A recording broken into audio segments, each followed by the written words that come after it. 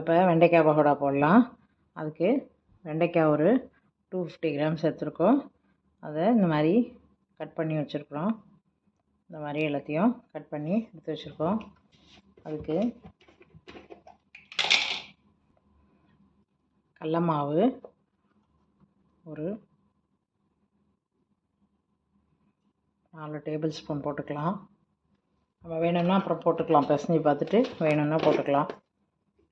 அரிசி மாவு ஒரு 3 டேபிள் ஸ்பூன் போட்டுக்கலாம்.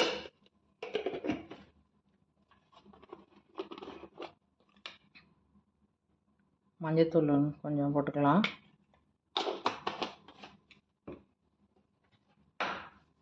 மிளகாத்தூள் இது வந்து காஷ்மீரி ரெட் சில்லி பவுடர் தான், நல்லா கொஞ்சம் போட்டுக்கலாம். போட்டுட்டு இதை முதல்ல நம்ம சும்மா பிசைஞ்சிப்போம். அதுக்கப்புறமா லைட்டாக தண்ணியை தெளித்து பிசைஞ்சிக்கலாம்.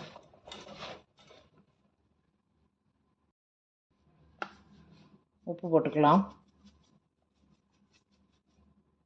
இது நல்ல கிறிஸ்பியாக சூப்பராக இருக்கும். பசங்கள்லாம் ரொம்ப லைக் பண்ணி சாப்பிடுவாங்க. அந்த அளவுக்கு இது நல்லா கிறிஸ்பியாக வரும்.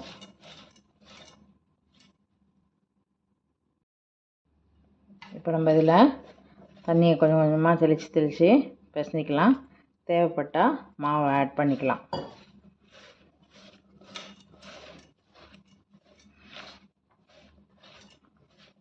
நல்லா மாவெல்லாம் இதில் ஒட்டி வர அளவுக்கு நம்ம நல்லா எல்லாத்தையும் பிசைஞ்சிக்கலாம்.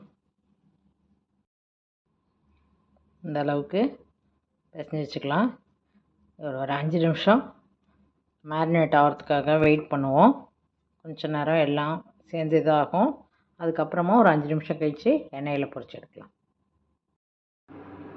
நம்ம இப்போ அந்த வெண்டைக்காயை எடுத்து வச்சுருந்தோம்ல, அந்த வெண்டைக்காயை எண்ணெயில் போட்டு பொரிச்சுக்கலாம்.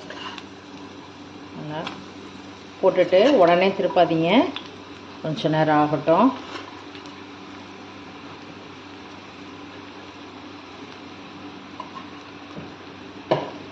அதுக்கப்புறமா நம்ம திருப்பலாம். கொஞ்சம் நேரம் அது அப்படியே இதாகிட்டோம். ஒரு சைடு ஃபுல்லாக இது ரெடியான பிறகு இப்போ நம்ம இதை அப்படியே திருப்பி விட்டுக்கலாம். இது எல்லாமே தனித்தனியாக பிரிஞ்சு தான் வரும். வெண்டைக்காயெல்லாம் ஒன்றோட ஒன்று ஒட்டி இருக்காது, தனியாக வந்துடும்.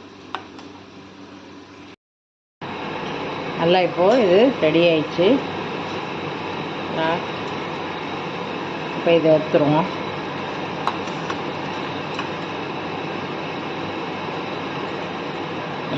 நல்லா கிறிஸ்பியாக இருக்கும். இது